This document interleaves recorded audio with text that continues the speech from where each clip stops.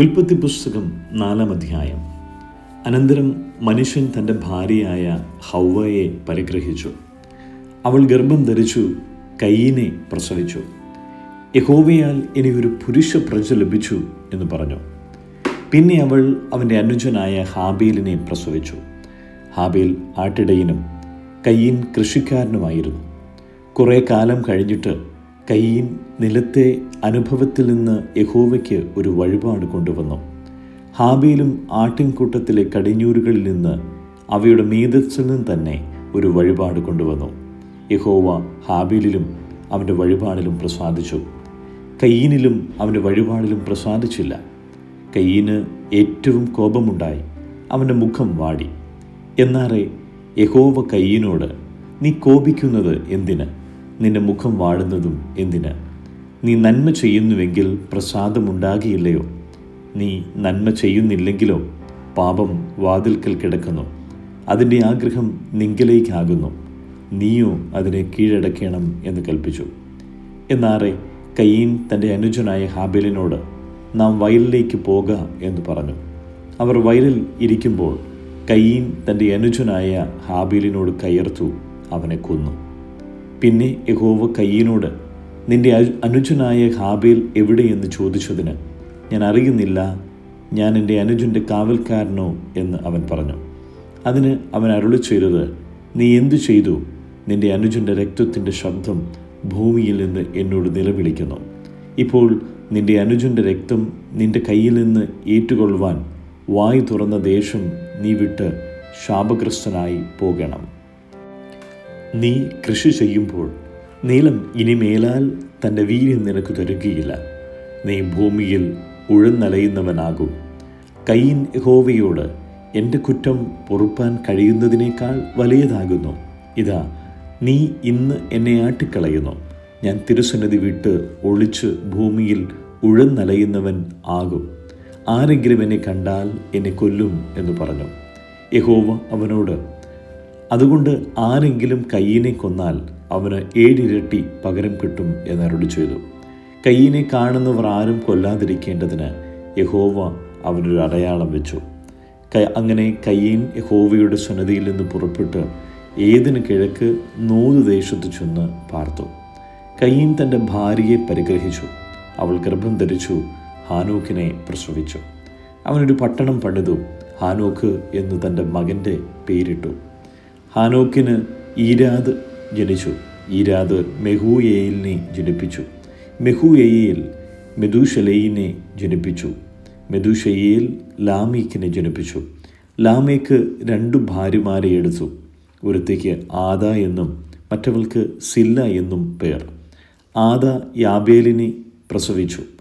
അവൻ കൂടാരവാസികൾക്കും പശുപാലകന്മാർക്കും പിതാവായി തീർന്നു. അവൻ്റെ സഹോദരന് യൂബാൽ എന്നു പേർ. ഇവൻ കിന്നരവും വേണുവും പ്രയോഗിക്കുന്ന എല്ലാവർക്കും പിതാവായി തീർന്നു. സില്ല തൂബൽ കയീനെ പ്രസവിച്ചു. അവൻ ചെമ്പുകൊണ്ട് ഇരുമ്പുകൊണ്ടുമുള്ള ആയുധങ്ങളെ തീർക്കുന്നവനായി തീർന്നു.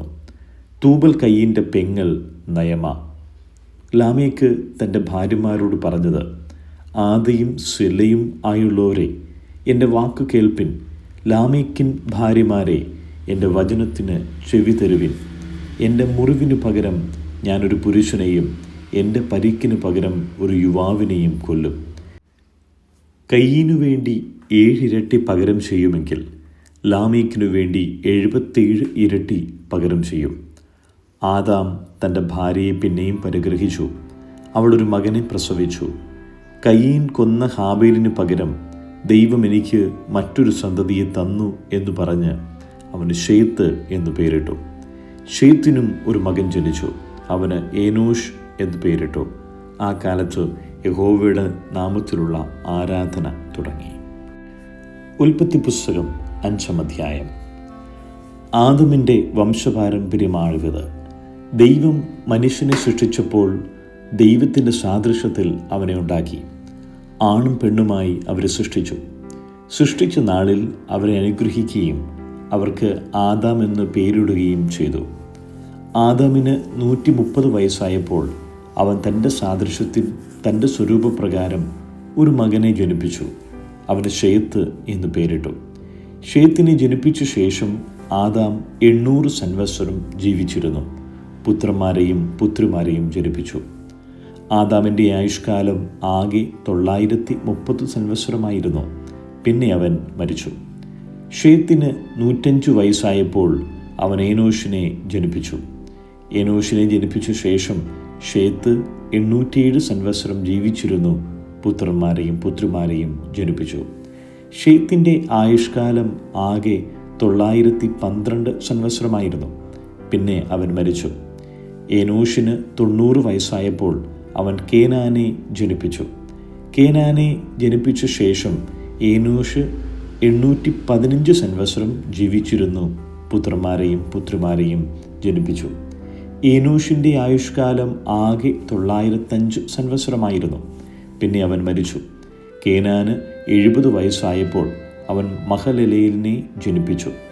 മഹലലേലിനെ ജനിപ്പിച്ച ശേഷം കേനാൻ 840 സംവത്സരം ജീവിച്ചിരുന്നു. പുത്രന്മാരെയും പുത്രിമാരെയും ജനിപ്പിച്ചു. കേനാൻ്റെ ആയുഷ്കാലം ആകെ 910 സംവത്സരമായിരുന്നു. പിന്നെ അവൻ മരിച്ചു. മഹലേലിന് 65 വയസ്സായപ്പോൾ അവൻ യാരദിനെ ജനിപ്പിച്ചു. യാരദിനെ ജനിപ്പിച്ച ശേഷം മഹലലേൽ 830 സംവത്സരം ജീവിച്ചിരുന്നു. പുത്രന്മാരെയും പുത്രിമാരെയും ജനിപ്പിച്ചു. മഹലലേലിൻ്റെ ആയുഷ്കാലം ആകെ 895 സംവത്സരമായിരുന്നു. പിന്നെ അവൻ മരിച്ചു. യാരദിന് 162 വയസ്സായപ്പോൾ അവൻ ഹാനോക്കിനെ ജനിപ്പിച്ചു. ഹാനോക്കിനെ ജനിപ്പിച്ച ശേഷം യാരദ് 800 സംവത്സരം ജീവിച്ചിരുന്ന് പുത്രന്മാരെയും പുത്രിമാരെയും ജനിപ്പിച്ചു. യാരദിൻ്റെ ആയുഷ്കാലം ആകെ 962 സംവത്സരമായിരുന്നു. പിന്നെ അവൻ മരിച്ചു. ഹാനോക്കിന് 65 വയസ്സായപ്പോൾ അവൻ മെതുശലഹിനെ ജനിപ്പിച്ചു. മെതുശലഹിനെ ജനിപ്പിച്ച ശേഷം ഹാനോക്ക് 300 സംവത്സരം ദൈവത്തോടു കൂടെ നടക്കുകയും പുത്രന്മാരെയും പുത്രിമാരെയും ജനിപ്പിക്കുകയും ചെയ്തു. ഹാനോക്കിൻ്റെ ആയുഷ്കാലം ആകെ 365 സംവത്സരമായിരുന്നു. ഹാനോക്ക് ദൈവത്തോടു കൂടെ നടന്നു. ദൈവം അവനെ എടുത്തുകൊണ്ടതിനാൽ കാണാതെയായി. മെതുശലേഹിന് 187 വയസ്സായപ്പോൾ അവൻ ലാമേക്കിനെ ജനിപ്പിച്ചു. ലാമേക്കിനെ ജനിപ്പിച്ച ശേഷം മെതുശലേഹ് 782 സംവത്സരം ജീവിച്ചിരുന്നു. പുത്രന്മാരെയും പുത്രിമാരെയും ജനിപ്പിച്ചു. മെതുശലേഹിൻ്റെ ആയുഷ്കാലം ആകെ 969 സംവത്സരമായിരുന്നു. പിന്നെ അവൻ മരിച്ചു. ലാമേക്കിന് 182 വയസ്സായപ്പോൾ അവൻ ഒരു മകനെ ജനിപ്പിച്ചു. യഹോവ ശപിച്ച ഭൂമിയിൽ നമ്മുടെ പ്രവൃത്തിയിലും നമ്മുടെ കൈകളുടെ പ്രയത്നത്തിലും ഇവൻ നമ്മെ ആശ്വസിപ്പിക്കുമെന്ന് പറഞ്ഞ് അവന് നോഹ എന്ന് പേർ ഇട്ടു. നോഹയെ ജനിപ്പിച്ച ശേഷം ലാമേക്ക് 595 സംവത്സരം ജീവിച്ചിരുന്നു. പുത്രന്മാരെയും പുത്രിമാരെയും ജനിപ്പിച്ചു. ലാമേക്കിൻ്റെ ആയുഷ്കാലം ആകെ 777 സംവത്സരമായിരുന്നു. പിന്നെ അവൻ മരിച്ചു. നോഹയ്ക്ക് 500 വയസ്സായ ശേഷം നോഹ ഷേമിനെയും ഹാമിനെയും യാഫെത്തിനെയും ജനിപ്പിച്ചു. ഉൽപ്പത്തി പുസ്തകം 6-ാം അധ്യായം. മനുഷ്യൻ ഭൂമിയിൽ പെരുകി തുടങ്ങി അവർക്ക് പുത്രിമാർ ജനിച്ചപ്പോൾ ദൈവത്തിൻ്റെ പുത്രന്മാർ മനുഷ്യരുടെ പുത്രിമാരെ സൗന്ദര്യമുള്ളവരെന്ന് കണ്ടിട്ട് തങ്ങൾക്ക് ബോധിച്ച ഏവരെയും ഭാര്യമാരായി എടുത്തു. അപ്പോൾ യഹോവ, മനുഷ്യനിൽ എൻ്റെ ആത്മാവ് സദാകാലവും വാദിച്ചു കൊണ്ടിരിക്കുകയില്ല. അവൻ ജഡം തന്നെയല്ലോ, എങ്കിലും അവൻ്റെ കാലം 120 സംവത്സരമാകും എന്നരുളി ചെയ്തു. അക്കാലത്ത് ഭൂമിയിൽ മല്ലന്മാർ ഉണ്ടായിരുന്നു. അതിൻ്റെ ശേഷവും ദൈവത്തിൻ്റെ പുത്രന്മാർ മനുഷ്യരുടെ പുത്രിമാരുടെ അടുക്കൽ ചെന്നിട്ട് അവർ മക്കളെ പ്രസവിച്ചു. ഇവരാകുന്നു പുരാതന കാലത്തെ വീരന്മാർ, കീർത്തിപ്പെട്ട പുരുഷന്മാർ തന്നെ. ഭൂമിയിൽ മനുഷ്യൻ്റെ ദുഷ്ടത വലിയതെന്നും അവൻ്റെ ഹൃദയവിചാരങ്ങളുടെ നിരൂപണമൊക്കെയും എല്ലായ്പ്പോഴും ദോഷമുള്ളതത്രയെന്നും യഹോവ കണ്ടു. താൻ ഭൂമിയിൽ മനുഷ്യനെ ഉണ്ടാക്കുകൊണ്ട് യഹോവ അനുതപിച്ചു. അത് അവൻ്റെ ഹൃദയത്തിന് ദുഃഖമായി. ഞാൻ സൃഷ്ടിച്ചിട്ടുള്ള മനുഷ്യനെ ഭൂമിയിൽ നിന്ന് നശിപ്പിച്ചു കളയും. മനുഷ്യനെയും മൃഗത്തെയും ഇഴജാതിയെയും ആകാശത്തിലെ പക്ഷികളെയും തന്നെ അവയെ ഉണ്ടാക്കുകൊണ്ട് ഞാൻ അനുതപിക്കുന്നു എന്ന് യഹോവ അരുളി ചെയ്തു. എന്നാൽ നോഹയ്ക്ക് യഹോവയുടെ കൃപ ലഭിച്ചു. നോഹയുടെ വംശപാരമ്പര്യം എന്തെന്നാൽ നോഹ നീതിമാനും തൻ്റെ തലമുറയിൽ നിഷ്കളങ്കനുമായിരുന്നു. നോഹ ദൈവത്തോടു കൂടെ നടന്നു. ഷെയിം, ഹാം, യാഫേത്ത് എന്ന 3 പുത്രന്മാരെ നോഹ ജനിപ്പിച്ചു. എന്നാൽ ഭൂമി ദൈവത്തിൻ്റെ മുമ്പാകെ വഷളായി. ഭൂമി അതിക്രമം കൊണ്ട് നിറഞ്ഞിരുന്നു. ദൈവം ഭൂമിയെ നോക്കി അത് വഷളായി എന്ന് കണ്ടു. സകല ജഡവും ഭൂമിയിൽ തൻ്റെ വഴി വഷളാക്കിയിരിക്കുന്നു. ദൈവം നോഹയോട് കൽപ്പിച്ചതെന്തെന്നാൽ, സകല ജഡത്തിൻ്റെയും അവസാനം എൻ്റെ മുമ്പിൽ വന്നിരിക്കുന്നു. ഭൂമി അവരാൽ അതിക്രമം കൊണ്ട് നിറഞ്ഞിരിക്കുന്നു. ഞാൻ അവരെ ഭൂമിയോട് കൂടെ നശിപ്പിക്കും. നീ ഗോഫർ മരം കൊണ്ട് ഒരു പെട്ടകമുണ്ടാക്കുക. പെട്ടകത്തിന് അറകളുണ്ടാക്കി അകത്തും പുറത്തും കീൽ തേക്കേണം. അത് ഉണ്ടാക്കേണ്ടത് എങ്ങനെയെന്നാൽ, പെട്ടകത്തിൻ്റെ നീളം 300 മുഴം, വീതി 50 മുഴം, ഉയരം 50 മുഴം. പെട്ടകത്തിന് കിളിവാതിലുണ്ടാകണം. മേൽനിന്ന് ഒരു മുഴം താഴെ അതിന് വയ്ക്കണം. പെട്ടകത്തിൻ്റെ വാതിൽ അതിൻ്റെ വശത്തു വയ്ക്കണം. താഴത്തെയും രണ്ടാമത്തെയും മൂന്നാമത്തെയും തട്ടായി അതിനെ ഉണ്ടാക്കണം. ആകാശത്തിൻ കീഴിൽ നിന്ന് ജീവശ്വാസമുള്ള സർവ്വജഡത്തെയും നശിപ്പിപ്പാൻ ഞാൻ ഭൂമിയിൽ ഒരു ജലപ്രളയം വരുത്തും.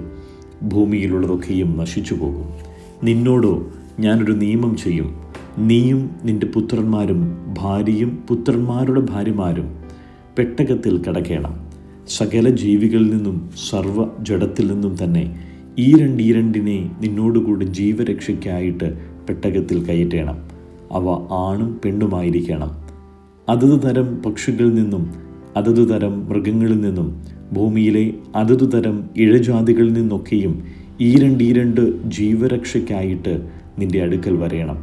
നീയോ സകല ഭക്ഷണ സാധനങ്ങളിൽ നിന്നും വേണ്ടുന്നത് എടുത്തു സംഗ്രഹിച്ചു കൊള്ളണം. അത് നിനക്കും അവയ്ക്കും ആഹാരമായിരിക്കണം. ദൈവം തന്നോട് കൽപ്പിച്ചതൊക്കെയും നോഹ ചെയ്തു. അങ്ങനെ തന്നെ അവൻ ചെയ്തു.